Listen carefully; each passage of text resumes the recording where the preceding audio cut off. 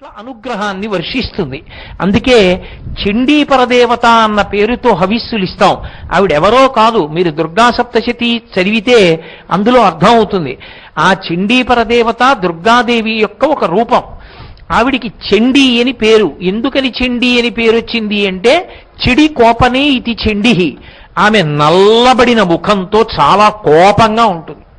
ఎందుకు కోపంగా ఉంటుంది అంటే, మన మీద కోపం కాదు, బిడ్డల మీద కోపం కాదు, తల్లికి కాలమునందు ప్రజ్వరిల్లుతున్నటువంటి అధర్మమునందు కోపం. బయటికి వస్తున్నటువంటి యమధర్మరాజు గారి యొక్క దంష్ట్రను చూసి కోపం. లోకాన్ని బాధపెట్టి ఆచారాన్ని పాడు చెయ్యాలనుకునేటటువంటి దుర్బోధ చేసేటటువంటి వాళ్ళ మీద కోపం. ఇటువంటి కోపం భక్తులైన వాళ్ళని పాడు చేసేటటువంటి కోపం కాదది. ఆ కోపం ఎవరు దురాత్ములో వాళ్ళని పాడు చేస్తుంది, సమాజాన్ని పరిపుష్టం